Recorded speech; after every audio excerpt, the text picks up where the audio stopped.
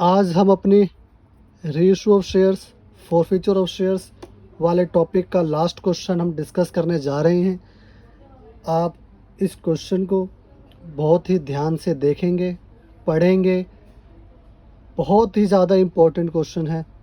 आपको इस क्वेश्चन के अंदर कुछ नया सीखने को मिलेगा। तो ये फॉरफीचर और रीइशू का हमारा लास्ट क्वेश्चन है। आपकी स्क्रीन पर क्वेश्चन कुछ इस तरीके से दिख रहा होगा, आप उसको नोट कर लेना। प्लीज़ अच्छे से इसको रीड कर लेना और मेरे साथ प्रैक्टिस करना, ठीक है। तो देखते हैं क्वेश्चन में लिखा क्या है। क्वेश्चन में लिखा है Swaraj limited invited application for ₹40,000 shares of ₹20 each at a premium of ₹5 पर शेयर। एप्लीकेशन पे ₹6 आ रहा है, अलॉटमेंट पे ₹9 आ रहा है और फर्स्ट कॉल पर बाकी का बैलेंस आ रहा है। एप्लीकेशन वर रिसीव्ड 85,000 शेयर्स। तो बेटा ओवर सब्सक्रिप्शन है, तो देखिए, ध्यान से देखिए। मैं इसके अंदर कुछ वर्किंग नोट कर रहा हूँ, तो बिल्कुल आप ध्यान से देखेंगे बेटा। वर्किंग नोट देखना। तो बेटा क्या हो रहा है इसके अंदर कि एप्लीकेशन के अंदर एप्लीकेशन का जो पैसा आ रहा है वो कितना आ रहा है, ₹6, ठीक है। आपका अलॉटमेंट का जो पैसा आ रहा है वो आ रहा है ₹9, ठीक है ना। तो ₹9, तो इसके अंदर कह रहा है प्रीमियम का इंक्लूड है। देखो बेटा मेरी बात ध्यान सुनना, ₹20 का शेयर है। कितने रुपए का शेयर है, ₹20 का, और ₹5 प्रीमियम है, तो टोटल ₹25 होने चाहिए। तो 9 और 6 15, ठीक है ना। तो मतलब क्या हुआ, फर्स्ट कॉल पे बैलेंस है। बैलेंस कितना फर्स्ट कॉल पर, 9 और 6 15 10 हो गया, ठीक है ना। अब देखोगे आप ये 25 हो रहा है और ₹5 प्रीमियम का, इंक्लूडिंग प्रीमियम लिखा है ना इसके अंदर। तो मतलब कि इसके अंदर जो है ₹5 प्रीमियम का इंक्लूड है, ठीक है ना। तो मतलब ये ₹9 कैसे बना, ये ₹9 बना 4 + 5 करके। अब आप देखेंगे ना, 6 और 4 10 और 10 20, ₹20 का शेयर प्लस ₹5 के साथ ₹25 का शेयर बन जा रहा है प्रीमियम का, ठीक है। इसके बाद आप देखेंगे कि लोगों ने अप्लाइड कितना किया और अलॉट कितना किया कंपनी ने।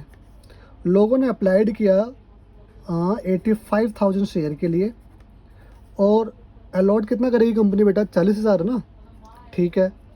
40,000 ही अलॉट किया। अब कैसे अलॉट किया वो मैं आपको बताता हूँ, बिल्कुल ध्यान से देखेंगे बेटा। Out of which application of for ₹5,000 shares were rejected. तो बेटा 5,000 शेयर वालों को तो कुछ भी नहीं दिया, नील। इनको तो रिजेक्ट कर दिया बेटा, इनको क्या कर दिया, रिजेक्ट। बैलेंस कितना बचा अब, ये 80,000 एंड ये 40,000, ठीक है। ध्यान से देखेंगे बेटा आप, 1 मिनट। ये बचा 40,000। अब क्या कह रहा है आगे, क्वेश्चन कह रहा है were rejected and money refunded to them. तो वो पैसा हमने रिजेक्ट कर दिया, उनको कुछ दिया नहीं तो उनको रिटर्न कर देंगे। अब इसके बाद क्या लिखा है, the allotment was made pro rata to the remaining applicant. वो कह रहा है इसी पे ही जो बैलेंस बच गया इसी पे प्रोराटा लगा दो। तो कितने गैप आ रहा है, तो देखोगे आप बेटा 40,000 शेयर का गैप आ रहा है। वो कह रहा है इसी पे आपको क्या लगाना है, प्रोराटा लगाना है। चलो लगाना है, अब लगा देते हैं बेटा, ठीक है। तो देखो हम वही करेंगे, कंपनी को पे कितना चाहिए था, पे कितना करना चाहिए था, और कंपनी को रिसीव कितना होना है, ठीक है ना। ये हमने पे लिखा और ये हमने रिसीव लिखा। तो आप देखेंगे क्या कि कंपनी को ना ये 40,000 शेयर पर एप्लीकेशन मनी एक्स्ट्रा आई थी, तो 6 4 जा 24, तो 2,40,000 कंपनी को रिटर्न कर देने चाहिए थे। लेकिन कंपनी कह रही है कि भैया जो 40,000 हम आपको देंगे ना, उस पर हम अभी आपसे अलॉटमेंट का पैसा भी लेंगे, फर्स्ट कॉल का पैसा भी लेंगे। तो अलॉटमेंट का पैसा कितना लेना कंपनी को, फर्स्ट कॉल का पैसा कितना लेना है, देखते हैं पहले। तो ₹9 के हिसाब से 40, तो 40,000 को ₹9 के हिसाब से, तो ये आ गया बेटा 3,60,000। और फर्स्ट कॉल पर 40 के हिसाब से ₹10 फर्स्ट कॉल पे है, तो ये 4 लाख हो गया। तो कंपनी कह रही है कि हम आपको पे ना करके ना, देखो हमें आपसे 3,60,000 रुपये लेना है अलॉटमेंट पे, तो आप 2,40,000 उसमें से काट लेना, ठीक है ना। कंपनी 2,40,000 रुपये कम लेगी क्योंकि कंपनी के पास पहले ही एक्स्ट्रा आ गया 2,40,000 रुपये। कंपनी को 3,60,000 लेना है ना, तो कंपनी उसमें से 2,40,000 रुपये कम लेगी, 1,20,000 लेगी, ठीक है। तो आपका ये तो वर्किंग नोट हो गया प्रोराटा का। अब इसके बाद देखो, बिल्कुल ध्यान से देखना है क्या कह रहा है। अब इसके बाद जो है ना, दूसरे साइड के वर्किंग नोट को भी समझेंगे, बिल्कुल ध्यान से देखना आप। कह रहा है Sonu to whom 1,000 share were allotted failed to pay the allotment money and on his subsequent failure to pay the first call his share were forfeited। तो बेटा एक सोनू नाम का लड़का था या लड़की थी पता नहीं, उसने 1,000 शेयर उसको अलॉट किए गए थे और उसने जो है फर्स्ट कॉल का पैसा और अलॉटमेंट का पैसा नहीं दिया, उसके बाद हमने शेयर फॉरफिट कर लिया। तो अब ध्यान से देखेंगे बिल्कुल आप। अब अप्लाइड क्या गिवन है, अलॉटेड गिवन है ना। देखो जब भी प्रोराटा केस होता है ना, तो आपको अप्लाइड और अलॉटेड दोनों चाहिए होता है। तो सोनू को 1,000 शेयर अलॉट हुए थे, अप्लाइड नहीं गिवन, तो अप्लाइड निकालने के लिए उसको आप राइट हैंड साइड पे रखेंगे। तो देखो प्रोराटा यहाँ पे लग रहा था ना, तो इस कैटेगरी को उठाना है। यहाँ पे अप्लाइड कौन सा है 80,000, तो 80,000 को आप राइट हैंड साइड पे रखना, रख दिया, और अलॉट वाले को लेफ्ट हैंड साइड पे रखना, जो चीज़ फाइंड आउट करनी है, ठीक है ना। तो ये बेटा अलॉटेड था और ये अप्लाइड था। अब क्या करना है, अब देखो, अब जिन्होंने 80,000 के लिए अप्लाई किया था उनको 40,000 अलॉट हुए थे, ठीक है ना। तो जिन्होंने 1,000 के लिए जिनको 1,000 शेयर अलॉट हुए हैं, उन्होंने कितना अप्लाई किया होगा, उन्होंने भी तो अप्लाई किया होगा ना कुछ। तो वही आप ध्यान से देखेंगे, तो आप देखेंगे कि अगर जिनको एक शेयर अलॉट हुआ होगा ना, जिनको एक शेयर अलॉट हुआ होगा, उन्होंने अप्लाइड कितना किया होगा 80,000 बाय 40,000, ठीक है ना। और जिनको 1,000 शेयर अलॉट हुए होंगे, उन्होंने कितना अप्लाइड किया होगा 80,000 अपॉन 40,000 इंटू में 1,000, ठीक है ना। जब आप इसको कैंसिल करेंगे ना, तो 4 2 जा 8, तो ये आ गया 2,000। मतलब उन्होंने 2,000 शेयर के लिए अप्लाइड किया होगा, है ना। बात समझ में आ गई, कितने शेयर के लिए 2,000 शेयर के लिए। अब वापस से आप क्वेश्चन को सही से लिख लो आप, अप्लाइड और अलॉटेड, मतलब कि जिसने 2,000 शेयर के लिए अप्लाई किया होगा उसको 1,000 शेयर अलॉट हुए। कितने शेयर अलॉट हुए 1,000, तो यहाँ मैंने 1,000 लिख दिया, ये हमने कैलकुलेट किया है, ठीक है। तो मतलब जैसे यहाँ पे गैप आ रहा था, वैसे अब यहाँ पे भी गैप आ रहा है, कितने का 1,000 का। मतलब 1,000 शेयर पर कंपनी के पास इस बंदे का, जिसने अलॉटमेंट का पैसा और फर्स्ट कॉल का पैसा नहीं दिया, इस बंदे का 1,000 शेयर पर कंपनी के पास एक्स्ट्रा पैसा पड़ा होगा, ठीक है ना। तो अब ध्यान से देखेंगे आप, अब देखेंगे कि कितना फेल टू पे हुआ, ठीक है ना। अब हम अलॉटमेंट मनी पे निकाल रहे हैं, अलॉटमेंट मनी कितनी फेल्ड हुई। तो कंपनी का मानना था कि जिसको 1,000 शेयर मिले थे, उसने अलॉटमेंट का पैसा नहीं दिया, मतलब 9 रुपये के हिसाब से, ठीक है ना, 9,000। तो कंपनी के हिसाब से उसने इतने रुपए नहीं दिए, 9,000 रुपये।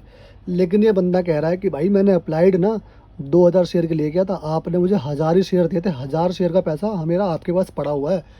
तो वो जो एक्स्ट्रा पैसा कंपनी के पास पड़ा था वो मैं माइनस कर दूंगा, क्या 1,000 शेयर का पैसा, एप्लीकेशन मनी की थी कितने की 6 रुपये की, तो इंटू 6 ये कंपनी के पास पड़ा हुआ था, तो 6,000 रुपये माइनस कर दिया, ठीक है ना। तो ये 3,000 रुपये मतलब कि उसने अलॉटमेंट का नहीं दिया। 6,000 रुपये तो उसका पैसा कंपनी के पास पहले से एडवांस पड़ा था, जब अप्लाइड किया था उस वक्त। तो बेटा ये आपका वर्किंग नोट हो गया, ठीक है। फर्स्ट कॉल का हम कोई वर्किंग नोट नहीं करते, सिर्फ अलॉटमेंट का करते हैं। जब बंदा कोई फेल होता है तो अलॉटमेंट का वर्किंग नोट करते हैं, अगर प्रोराटा का केस है तो बस। ना ही फर्स्ट कॉल का करते हैं, ना ही सेकंड कॉल का करते हैं, अगर फेल हुआ हो तो भी। अच्छा क्यों नहीं करते, क्योंकि हम एक बार माइनस कर चुके हैं ना जो उसका एक्स्ट्रा आया था, अब बार बार थोड़ी ना माइनस करेंगे, तो बार बार कैलकुलेट करने की ज़रूरत नहीं होती।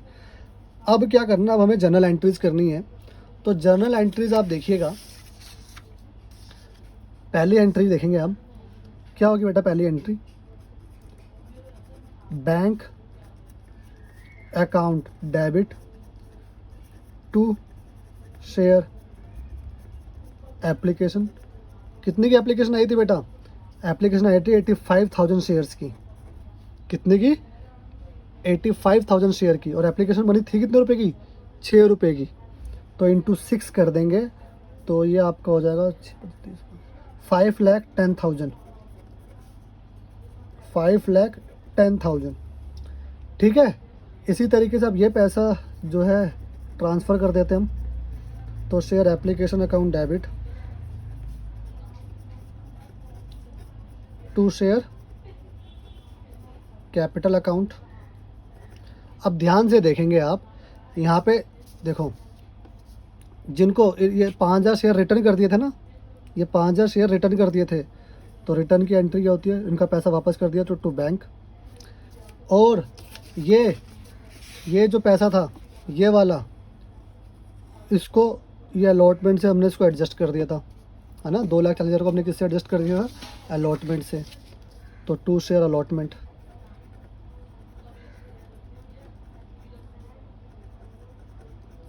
ठीक है, तो अब ध्यान से देखना, कंपनी के पास बेटा 5,10,000 आए थे।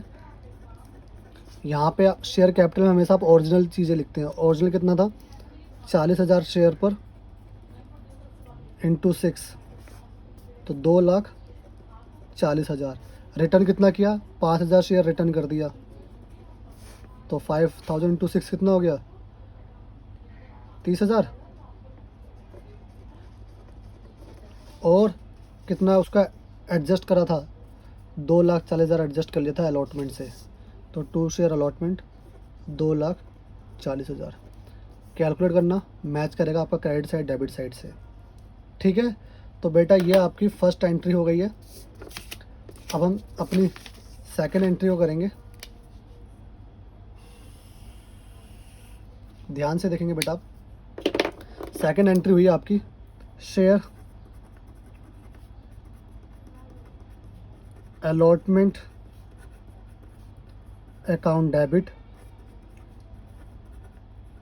टू शेयर कैपिटल, और सिक्योरिटी प्रीमियम भी था इसके अंदर, तो टू सिक्योरिटी प्रीमियम।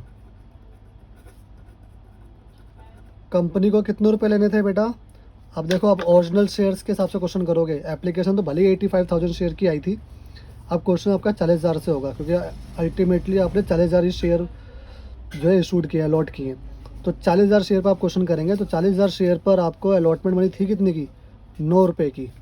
तो 40,000 इंटू 9 करेंगे आप, तो ये हो गया आपका 3,60,000। शेयर कैपिटल में तो ओरिजिनल कितना था, शेयर कैपिटल में था 4 और 5, 4 रुपये था अलॉटमेंट मनी और 5 रुपये था सिक्योरिटी प्रीमियम। 4 और 5 इसलिए 9 बना था यहाँ पर। ठीक है, तो 40,000 और ये 40,000, तो ये आपका हो गया 1,60,000 और ये आपका हो गया 2 लाख। तो इतना रुपए तो कंपनी को लेना था, 3,60,000 रुपये। देखते हैं कंपनी के पास आया कितना। तो बैंक अकाउंट डेबिट टू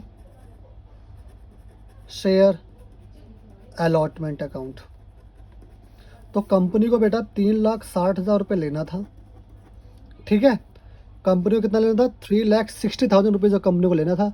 लेकिन कंपनी ने, ध्यान से देखना बेटा, 2,40,000 रुपये तो कंपनी का ने, यहाँ पे देख लेना आप, देखो 2,40,000 रुपये तो कंपनी के पास पहले से एडवांस आ गए थे, तो 2,40,000 रुपये कंपनी कम लेगी। कितना बचा, 1,20,000। अब उसके बाद ये जो दिख रहा है आपका, जो ये सोनू था, उसने 3,000 रुपये नहीं दिए थे, है ना, फेल्ड अलॉटमेंट मनी। तो 3,000 रुपये फेल्ड आ गया था, नेट फेल्ड कर देता हूँ मैं इसको। तो 3,000 रुपये सोनू के नहीं आए थे, तो 3,000 रुपये मैंने वो माइनस कर दिए। तो जो एग्जैक्ट मेरे पास जो पैसा आया ना, वो 1,17,000 आया। कितना आया, 1,17,000। अब इसके बाद हम तीसरी एंट्री करेंगे शेयर फर्स्ट कॉल की। उसके बाद क्वेश्चन में बोला है कि हमें क्या करना है, फॉरफीचर की एंट्री। तो share first call account debit to share capital.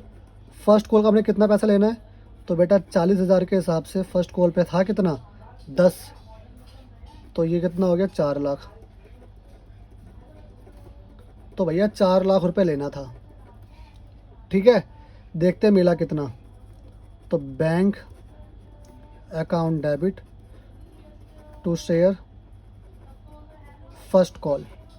तो भैया मैं 4 लाख रुपए लेना था, लेकिन एक बंदा था जिसको 1000 शेयर अलॉट हुए थे, उसने कौन सा पैसा नहीं दिया, उसने जो है हमें फ़र्स्ट कॉल का पैसा नहीं दिया। तो 1000 शेयर पर फर्स्ट कॉल का पैसा था कितना 10 रुपये के हिसाब से, तो उसने मुझे कितने रुपये नहीं दिया 10,000 रुपये नहीं दिए फर्स्ट कॉल पे। तो ये कितना आया, ये आया आपका 3,90,000, ठीक है। अच्छा अब क्या हुआ, बिल्कुल ध्यान से देखेंगे बेटा आप। अब वो तो ना ही उसने आपको अलॉटमेंट का पैसा दिया 1000 शेयर पर, और ना ही उसने इसका पैसा दिया 1000 शेयर पर फर्स्ट कॉल का। तो कंपनी कह रही है हिज शेयर वर फॉरफिटेड, हिज शेयर वर फॉरफिटेड। तो अब फॉरफिट की एंट्री कर लेते हैं। तो फॉरफिट की एंट्री बेटा होती क्या है, ध्यान से देखेंगे आप। शेयर कैपिटल अकाउंट डेबिट और टू शेयर फॉरफीचर, ये होती है, ठीक है ना।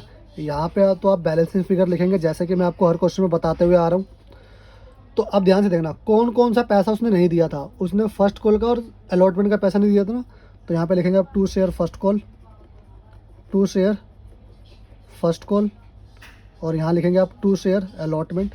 ये वो एंट्री है जिसका पैसा नहीं आया था, टू शेयर अलॉटमेंट। क्या अलॉटमेंट का के साथ सिक्योरिटी प्रीमियम भी था, हाँ था, तो उसको डेबिट कर देना। अगर नहीं होगा तो कुछ नहीं करेंगे। तो सिक्योरिटी प्रीमियम अकाउंट डेबिट, ठीक है बेटा। अब ध्यान से देखना, क्या कितने शेयर फॉरफिट किए 1000 शेयर, ठीक है। अब मैं मल्टीप्लाई किससे करूं, तो क्या बताया था मैंने बताया था कि फॉरफिट की एंट्री आप कर कहाँ पे रहे हो, फर्स्ट कॉल के बाद कर रहे हो, फर्स्ट कॉल के बाद कर रहे हो। तो यहाँ तक गिन लेना 6 और 4 10, प्रीमियम मत काउंट करना, 6 और 4 10 और 10 20, क्योंकि जो शेयर कैपिटल में ना ओरिजिनल आता है 20, प्रीमियम कहाँ था अलग से था ना, तो उसको अलग से लिखना 1000 पर, ठीक है ना। तो ये कितना हो गया 1000 इंटू 20 कितना हो गया, ये हो गया 20,000, और 1000 इंटू 5 कितना हो गया, ये हो गया 5,000। अब अलॉटमेंट का कितना पैसा नहीं आया था, अलॉटमेंट का 3,000 नहीं आया था, तो मैंने यहाँ लिख दिया 3,000। फर्स्ट कॉल का कितना पैसा नहीं आया था 10,000, फर्स्ट कॉल का नहीं आया था, तो मैंने यहाँ लिख दिया 10,000। और जो बैलेंस है वो आप यहाँ लिख देंगे, जो बैलेंस है वो आप यहाँ लिख देंगे 12,000, यही ना। अब देखो, अब आता आपका बहुत इम्पोर्टेंट बात जो मैंने आपको इस क्वेश्चन के स्टार्टिंग में बताई थी, वो मैं अब आपको समझाने जा रहा हूँ। अभी तक तो हम ऐसे क्वेश्चन करते हुए आ रहे, लेकिन अब ध्यान से देखना, इस क्वेश्चन को मैं कैसे थोड़ा रेक्टिफाई करूँगा। पहली बात तो ध्यान से सुनना, कभी भी जब आप फॉरफीचर की एंट्री करेंगे, कभी भी जो शेयर अलॉटमेंट का जो अमाउंट होगा है ना, उससे ज़्यादा सिक्योरिटी प्रीमियम का अमाउंट नहीं होना चाहिए। आप देखेंगे शेयर अलॉटमेंट का अमाउंट 3,000 रुपये है और सिक्योरिटी प्रीमियम का अमाउंट 5,000 रुपये है, तो ये तो बात गलत है भाई। तो आप क्या करेंगे, इस 5,000 को काट देंगे बेटा, आप 3,000 ही लिखेंगे। मैं फिर से रिपीट कर देता हूँ, कभी भी जब आप फॉरफिट की एंट्री करेंगे, कभी भी शेयर अलॉटमेंट का अमाउंट जो होगा उससे ज़्यादा नहीं होना चाहिए सिक्योरिटी प्रीमियम का अमाउंट। यहाँ अलॉटमेंट का अमाउंट 3,000 था, सिक्योरिटी प्रीमियम का अमाउंट 5,000 था, तो इसको कम करो, ठीक है ना। तो उसको मैंने काट के 3,000 बराबर कर दिया। जब ये 3,000 रुपये, ये 2,000 रुपये कम हो गया ना, तो यहाँ से भी 2,000 रुपये कम कर देना, 10,000। बात समझ में आ गई? यही बात मैंने आपको बताने के लिए क्वेश्चन मैंने किया है, ठीक है। आई होप आपको ये बात हमेशा ध्यान में रहेगी। अब इसके बाद हम री इशू की एंट्री कर लेते हैं। ये आपकी फॉरफीचर की एंट्री हो गई है।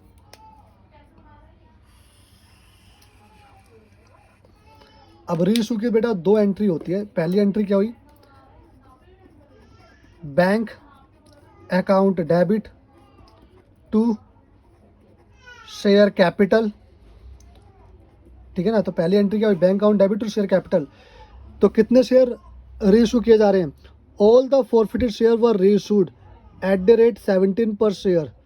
तो बेटा देखो, ऑल द शेयर्स मतलब 1000 शेयर फॉरफिट किए थे, तो 1000 के 1000 शेयर क्या कर रही है कंपनी, री इशू कर रही है। री इशू कितने रुपए में कर रही है, 17 रुपये में।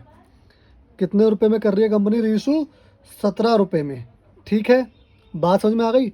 अब देखते हैं यहाँ पे तो ओरिजिनल लिखना है, तो यहाँ पे कितना होगा, यहाँ जो अमाउंट होगा तो वो भी आप देखेंगे। री इशू आप कहाँ कर रहे हैं, री इशू आप कर रहे हैं फर्स्ट कॉल के बाद। तो 6 और 4 10, प्रीमियम ऐड मत करना, 6 और 4 10 और 10 20, मतलब ये 20 रुपये का शेयर था जिसको कंपनी 17 रुपये में इशू कर रही है। ठीक है ना, 20 वाला शेयर कंपनी 17 रुपये में इशू कर रही है, तो मतलब कंपनी को 3 रुपये का नुकसान हो रहा है। ठीक है ना। तो बेटा देखो, नुकसान जब शेयर फॉरफिट करती है ना, तो कंपनी को जो फ़ायदा होता है तो कंपनी उसको टू शेयर फॉरफिट के नाम से क्रेडिट कर देती है। और जब रीइशू करती है, जब कंपनी को नुकसान होता है वही शेयर, है ना, तो कंपनी उसको शेयर फॉरफिट के नाम से डेबिट कर देती है। तो शेयर फॉरफीचर अकाउंट डेबिट। ठीक है, तो ये हो गया आपका 17,000, ये हो गया आपका 3,000 और ये आपका हो गया 20,000। बात समझ में आ गई।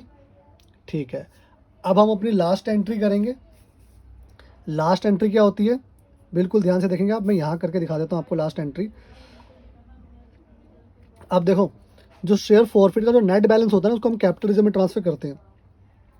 यहाँ शेयर फॉरफिट 10,000 था क्रेडिट में, यहाँ शेयर फॉरफिट 3,000 था डेबिट में। तो 10 में से 3,000 कितने बचे, 7,000 बचे ना। 1000 शेयर पे ये भी था, ये भी 1000 शेयर पे था।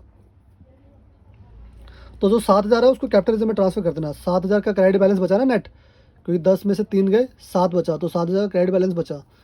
तो क्रेडिट बैलेंस को जब हम ट्रांसफ़र करेंगे तो डेबिट हो जाएगा। तो share forfeit account debit to capital reserve. बेटा कभी भी जब प्रॉफिट को हम ट्रांसफ़र करते हैं ना किसी भी रिजर्व में, तो प्रॉफिट तो हमेशा क्रेडिट होते हैं, लेकिन जब हम ट्रांसफ़र करते हैं रिजर्व में तो वो डेबिट बन जाते हैं। तो बेटा कितना, ध्यान से देखना, तो ये हो गया 10,000 माइनस में 3,000, तो ये 7,000 हो गया। ठीक है, तो बेटा ये आपका क्वेश्चन जो है फिनिश हो गया। तो आई होप आपको अच्छे से क्वेश्चन जो है वो समझ में आ गया होगा। ये क्वेश्चन नंबर 6 था आपका, last question of this chapter. I hope आपको अच्छे से समझ में आ गया होगा। Share forfeiture, share reissue, pro rata. Please मेरी वीडियोस को अपने दोस्तों के साथ ज़्यादा से ज़्यादा शेयर कीजिए, मेरे चैनल को सब्सक्राइब कीजिए।